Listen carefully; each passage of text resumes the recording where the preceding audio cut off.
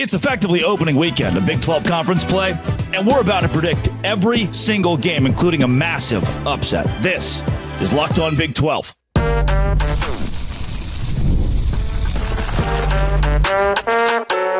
You are Locked On Big 12, your daily podcast on the Big 12 Conference. Part of the Locked On Podcast Network, your team every day. Happy Friday, everybody. Welcome into Locked On Big 12. I'm Drake Toll from America's #1 Big 12 podcast, Locked On Big 12. Thank you for making this show your first listen every single day. Today, I'm going to take you through every game coming up this Saturday in Big 12 conference play, and I've got a big upset on the docket as well. I heard from Chris Level, Texas Tech analyst, radio color guy, that every Big 12 home team will win. I disagree with that take, but I do think one home team will get the biggest win in league play. If you hit subscribe, I get to keep my job. Without further ado, let's jump into BYU and Kansas State. It's not the biggest game on the slate this weekend. That's certainly Oklahoma State and Utah. I will get there next, but I'm not going to bury the lead. BYU has a legitimate shot to win this game. If you ask OddsShark, they have BYU winning this game by a final score of 28-26. The Cougars are playing at home, and there's one thing that I believe BYU has going for it that Kansas State won't exactly have an answer for, and that's the crowd. This is going to be the best atmosphere that Kansas State plays in maybe all season long. They have a couple of tough road games here, but they're going into a night game in Provo, and the biggest piece of that, you're going, well, they play at my school and we're going to be loud. That's probably the case, but will it be at 9:30 Central Time? For BYU, they're used to this. They've got elevation, they got night, they like playing on Fridays or Thursdays. Here you get a Saturday night game where BYU gets to be the star of the show. They're undefeated so far. The crowd's going to be rocking. It's going to be crazy, but it's not just that point that makes BYU so dangerous. I already had BYU +7 this week as a lock of the week, but what also makes BYU good is a balanced offensive attack. Kansas State doesn't exactly have that. They're going to lean on the ground game, and what BYU is going to do is force Avery Johnson to throw. And if Avery Johnson makes mistakes, BYU is going to take advantage. I read somewhere this week in an analysis of this game that BYU would make more mistakes and Kansas State would take advantage. No, the Cougars are at home. This isn't the part of the show where BYU comes out and they're the inexperienced ones. This is the part of the show where Avery Johnson looks around the crowd and goes, oh, this is kind of intimidating. This is not Tulane anymore. Kansas State averages 167 passing yards this season to 244 rushing yards. They are built on the ground. However, they have a time of possession of 27 minutes and 30 seconds. So they're not dominating time of possession, and they're not dominating the passing game. And if you shut down the run and make Avery Johnson throw, as you know, every third throw is a mistake. And the BYU defense has been very, very solid. One thing that gives me a lot of confidence in BYU, and I wanted to lean on here, Kansas State's susceptibility to the pass. They allowed a lot of passing yards against Tulane. But one thing that I really want to highlight for BYU and Kansas State that gives the Cougars a great shot is the inability for Kansas State to have solid first halves. They were up to the first half, 14-7 going into the break against Arizona. They were down to Tulane, 20-10. This is a team that can close games out. BYU has shown you that same thing. They didn't have a flashy first half against Wyoming. They still closed it out. Against SMU, they played a complete football game. Against the Salukis of Southern Illinois, a complete football game. And in a case where BYU goes up 17-10 at halftime or 20-10 at halftime, in a case where BYU is within 7 points of this game, I agree with Chris Level, who picked BYU outright in this one. They've got a legit shot to win it. Is Kansas State good? Absolutely. Is Kansas State still a 9-win team? For sure. But BYU through the first 4 games is a very good football team. And I've got them winning this game in Provo, Utah, under the lights, shocking the conference. I gave you the reasons why. And another part is college football. That's just kind of the way that college football goes sometimes. And for BYU this week, they're going to be in a good spot at home against Kansas State. I like the Cougars outright, and I'm not that scared about it. Give me BYU.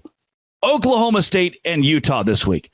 Have to love this matchup. It is a top 20 matchup. These two teams squaring off in Stillwater at 4 p.m. I would love top 15 matchup. I would love if this was a night game. They didn't get the nod. Fox has them at 4 o'clock Eastern time. Number 12 versus number 14. I'm taking Oklahoma State here. And I'm not that scared of taking Oklahoma State. Again, College Football Insiders gives the Cowboys a 60% chance of winning. They have the final score prediction of 29-26, Oklahoma State over Utah, and the money has shifted the line. The cappers, those who know the most about the insides of college football, they're all over Oklahoma State. One of the things I point to, Cam Rising being inconsistent. Is it his fault? No, I'm not blaming Cam Rising for Utah having a mundane start. You wouldn't say that Utah's had an all-star, unbelievable breakout start this season. Their 3-0 has had its rocky points because Cam Rising's been hurt. It's not his fault he keeps getting hurt, but he does. Utah this season, offensively, is 115th in the country on 3rd and 4th down success rate. Now, defensively, Oklahoma State's only 52nd in the country. That's not good, but it's better than 115th. Now, Utah, defensively, conversely, 17th in the nation on 3rd and 4th down success rates. Only allowing a first down on 3rd and 4th down 27% of the time. Oklahoma State, 36th in the nation offensively on 3rd and 4th down.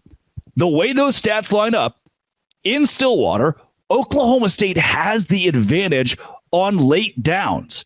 When you're at home, when you're facing a team who has a quarterback who, you allowed 600 yards to Arkansas, but can Utah efficiently establish the run game? Can Utah give you 2022 Cam Rising? I can't say yes to those two things. Oklahoma State, Ollie Gordon in the fold, Alan Bowman at quarterback at least doing his job, gets a win in Stillwater this weekend. Give me OSU. Let's go to Arizona State and Texas Tech. Another very interesting game this weekend. I've gone back and forth. I'm going to settle with the Red Raiders here. They're projected to win 29-28 by College Football Insiders. That's not a very large margin of victory there, and they're favored by Las Vegas by about 3 points, where the line is settled right now. Texas Tech, from a field position standpoint, defensively, 127th in the country. Their offense, their punting, their special teams is allowing the opposition to have very good field position, putting their defense in a tough spot. So some of their defensive numbers are a bit skewed. In this game facing Cam Scadaboo, I don't believe their defense is as bad as many expect. Now, are they good on 3rd and 4th down? No.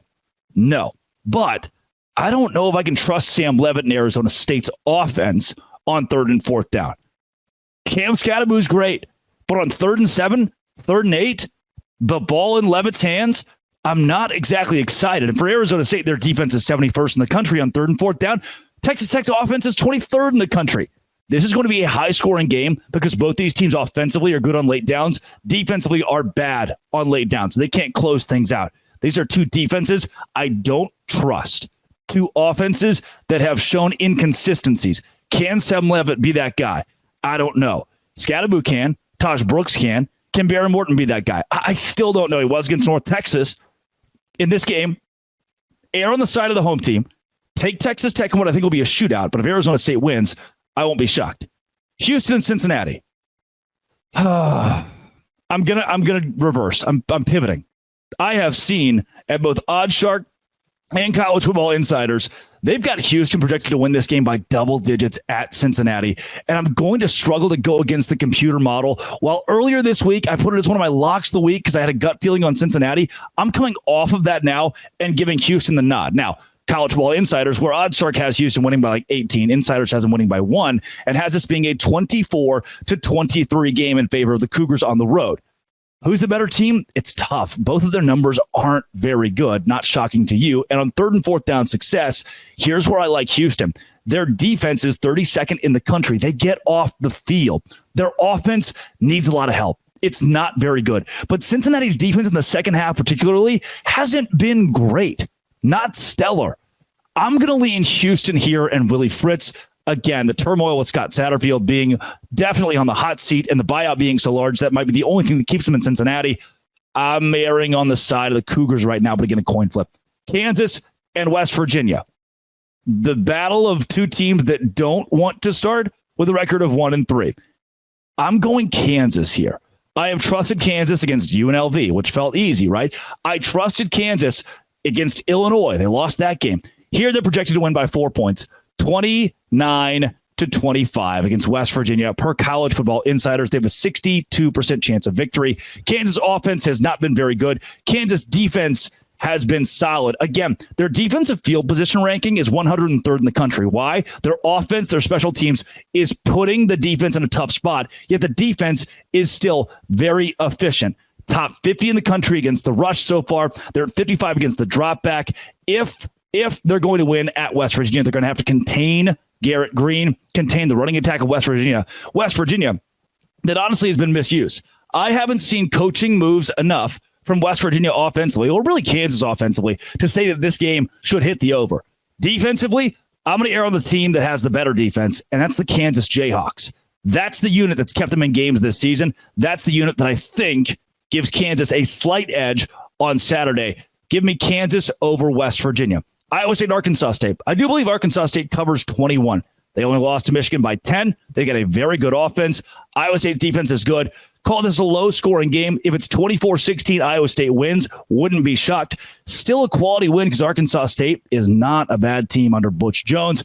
Iowa State wins it, not by 21 points. TCU at SMU. Love the Frogs here. Really love the Frogs here because SMU's offense is not good. If TCU ramps up the pressure, as they will, I was talking about it earlier, TCU doesn't care about SMU the way that SMU cares about the Horned Frogs. TCU's biggest rival is Baylor. Baylor's biggest rival is TCU. SMU, their biggest rival is TCU, and the Frogs wouldn't say the same. I'm loving Sonny Dykes in this spot in a game where if you lose, your job is certainly on the line. TCU projected to win 31-27 by College Football Insiders. It is the offense that has been so good. Running the football 41st in the country. That's good. Field position 17th. Their special teams, their defense, putting them in spots to win. And they're 6th in the nation on 3rd and 4th down success rate. That's right where I need you to be. The defense of TCU needs to show me more. I'm still not exactly worried. Some are worried about the TCU defense. You held UCF to 7 points through the first 35 minutes of last week's game. Then all hell broke loose. But hey, that first 35 minutes showed me that there are flashes to make you good. Baylor, Colorado. Saved one of my favorites for the last. Oh, this is tough. I mean, if you talk about going back and forth, there are so many coin flip games in the Big 12. This is another one. Colorado projected to win by less than a point by College Football Insiders. They're only projected to have 23 points based on how good Baylor's defense has been. And here's why the Bears have a good shot. Baylor, 22nd in the nation defensively on 3rd and 4th down success. You know, it's a metric that I follow very closely. The Bears against a Colorado team that is 91st in the nation offensively on 3rd and 4th down. I'm going to err on the side of the defense. Baylor, whose offense has struggled. They're 85th in the country on getting a first down on late downs. But they're facing a defense that's 63rd in the country. So what I'm saying here is the biggest, if we're looking at late downs, when it matters most, 3rd and 4th down, when teams can go win a football game, Baylor's defense is the most elite unit out of the two teams' offenses and defenses. That said, Sawyer Robertson in the fold, as good as he played last week. Baylor's young defense from last season is number 1 in the country in defensive success rate. Number 3 against the rush. Number 9 against the drop back. This isn't me saying, oh, I'm a Baylor grad. Here's some cool vibes to give you. Number 1 defensive success rate in the country. 3rd against the rush, 9th against the drop back. What does Colorado want to do?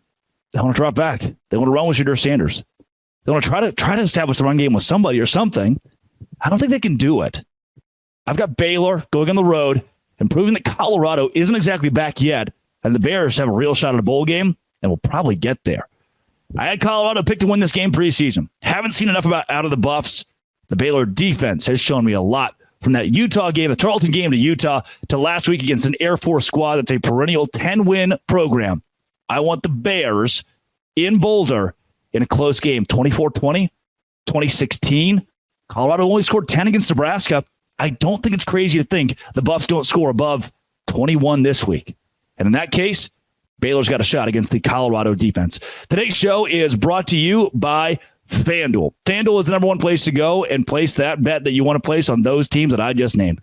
FanDuel.com is it's my hub, at the very least, and should be your hub for picking that BYU win if you want it. Or going and betting $5 right now through September 22nd, where all FanDuel customers can bet $5 and get a 3-week free trial of NFL Sunday Ticket from YouTube and YouTube TV. Then with the YouTube TV base plan, you'll be able to watch every regular season Sunday afternoon at a market game. All you need is a Google account, current form of payment. You can cancel anytime. FanDuel.com. Download America's #1 sportsbook. That is FanDuel.com. Go there today. That's it. Those are the picks. Give me Houston over Cincinnati, Kansas over West Virginia, Iowa State over Arkansas State, Texas Tech over Arizona State, Oklahoma State beating Utah, TCU on the road beats SMU, Baylor goes to Colorado and gets a win, BYU defeats Kansas State at home. No matter what, it's going to be a hell of a week in Big 12 play. Entertaining across the board. And each of those are coin flips, so I could be wrong on every single one, and maybe you are the true expert. Coming up on Sunday, we'll recap all of it. Let's see how it goes. I'll meet you on the other side. This has been, and always will be, Locked On. Thanks for making it your first listen every single day. No se grande.